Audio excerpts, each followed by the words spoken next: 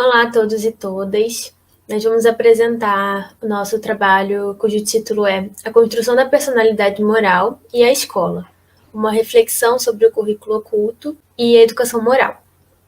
Bom, nós iniciamos a nossa discussão retomando dois objetivos centrais da educação, que são a instrução dos conhecimentos construídos historicamente e a formação ética para a cidadania. E a nossa discussão é justamente no sentido de uma maior atenção para esse segundo eixo da formação ética. Esse eixo ele já está previsto em vários documentos oficiais, na LDB, por exemplo, mais recentemente na BNCC também. E o que nós discutimos é por uma formação que se dê de forma mais intencional, planejada e organizada, e que não fique somente no currículo oculto, como muitas vezes acontece, que a formação ética é levantada somente quando há algum incidente na escola, algum conflito, e isso não se dá de forma intencional e organizada. E isso passa também pela formação de professores, que muitas vezes, em muitos cursos, o foco é exclusivo nesse primeiro eixo da instrução, e o curso é muito fragmentado. A educação moral, então, a gente conceitua a partir de uma abordagem com alguns autores que a gente vai apresentar agora, e a gente parte do professor Pucci, que diz que a educação moral se relaciona com o ser humano na medida em que somos seres indeterminados e inacabados. E é justamente por conta dessa indeterminação e inacabamento que nos permite que a gente escolha de que forma a gente quer viver. E é aí que se dá a educação moral. Então, para o professor de La Taille, a grande pergunta da moral seria como se deve agir, né? Como devemos agir na nossa vida, nas nossas diversas situações. E aí uma série de referências de autores se debruçaram sobre isso.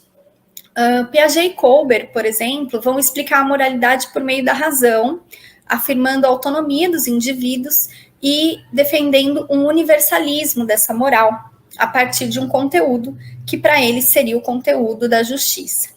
Já autores como Durkheim e Freud, por exemplo, vão explicar a moralidade pela afetividade, não pela razão, vão afirmar a heteronomia dos indivíduos e não vão definir um conteúdo para essa moral. Então, portanto, eles vão defender um relativismo para ela. Outros autores, como a Gilligan, também vai explicar a moral pela afetividade, mas aí ela vai identificar um conteúdo para essa moral, que seria o cuidado. E aí a grande contribuição dela é a definição da ética do cuidado. Heinz também vai pelo caminho da afetividade, inclusive posicionando as emoções no controle da moralidade, dando grande destaque para as emoções, para as intuições e propondo um modelo social intuicionista. E Damasio, na área da neurociência, vai mostrar a indissociabilidade das dimensões afetiva e cognitiva, principalmente estudando pacientes com lesões cerebrais.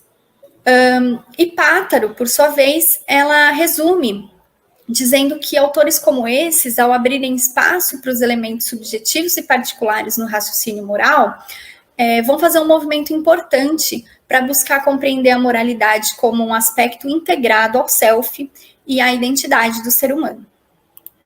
Bom, agora a gente vai discutir sobre a construção da personalidade moral, que foi o objetivo de diversos estudiosos, entre eles Piaget, que observando crianças de diferentes idades em jogos que faziam parte do seu cotidiano, percebia como que elas respeitavam e se relacionavam com as regras. E isso levou a definir 3 períodos da experiência do indivíduo com a moralidade, que é a anomia, que é a ausência de regras, a heteronomia, que é a presença de regras, mas ela é imposta por uma outra pessoa, e a autonomia, em que as regras partem da consciência do próprio indivíduo. Kohlberg segue a linha de Piaget, também propõe um modelo cognitivo estrutural, mas ele propõe 6 estágios, que são organizados em 3 níveis: o pré-convencional, o convencional e o pós-convencional. E os indivíduos iriam, passando de um estágio para o outro, de um nível para o outro, tendo como um princípio norteador a justiça. E a Gilligan critica esse modelo de Kohlberg e desenvolve um modelo da ética do cuidado, que progride em torno da visão central de que o eu e o outro são interdependentes. Já a Dacia Narvaez, ela elabora uma teoria chamada de teoria da ética trina, que leva em consideração as descobertas da neurociência sobre as estruturas cerebrais. Portanto, é uma teoria que tem substratos biológicos e psicológicos. Para ela, a experiência inicial era muito importante nessa construção da personalidade moral, porque definia 3 orientações morais: da segurança, do engajamento e imaginação. Sendo bem breve, dando um exemplo, aqueles indivíduos que na sua primeira experiência, nos seus primeiros anos, eram privados de segurança, tendem a ter uma autoproteção reflexiva. E isso inibe o engajamento e a imaginação. Privilegia esse senso de segurança, essa busca por segurança.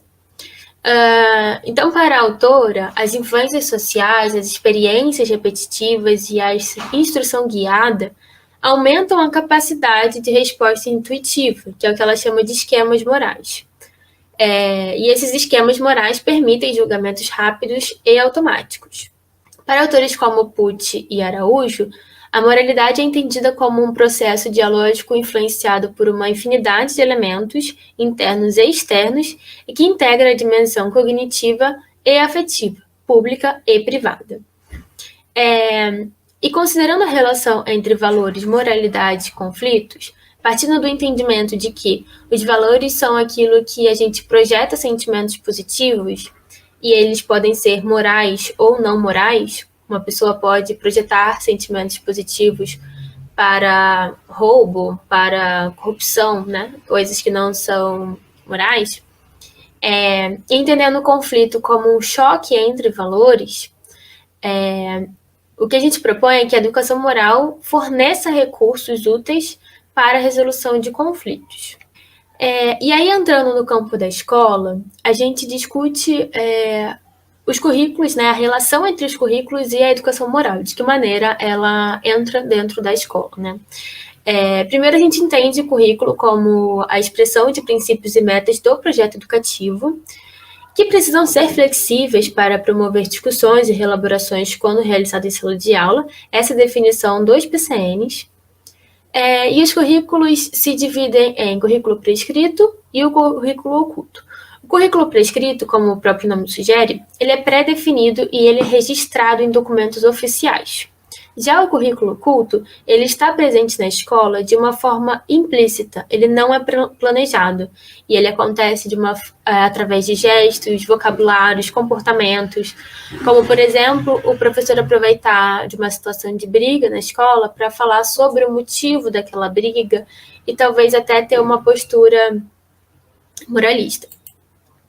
O que a gente gostaria de destacar nessa sessão é que a escola não é um ambiente de neutralidade, pelo fato de que as relações sempre estarão permeadas pela ética, e que a educação moral planejada ela é essencial para consolidar a formação crítica dos alunos. A gente gostaria de pontuar também que a construção moral depende das relações interpessoais para o seu desenvolvimento, depende da socialização. Trabalhar com a moralidade inclui enfrentar temas e fatos que provoquem conflitos.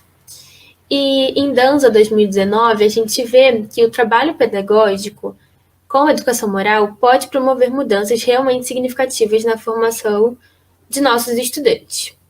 E a implementação de projetos de vida nas escolas, ela é importante, é um caminho profícuo para que o trabalho intencional e planejado e organizado da moralidade aconteça. Para finalizar, a gente espera que o entendimento da educação moral e da construção da personalidade moral possa contribuir para repensar o impacto desse currículo, como a Beatriz explicou, para que as escolas e os professores adotem ações que privilegiem, então, esse desenvolvimento.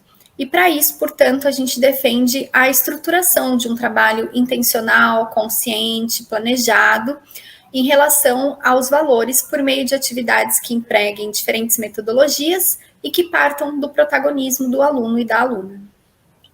Por fim, essas são as referências principais que a gente utilizou para a apresentação de hoje. Obrigada pela atenção. Obrigada.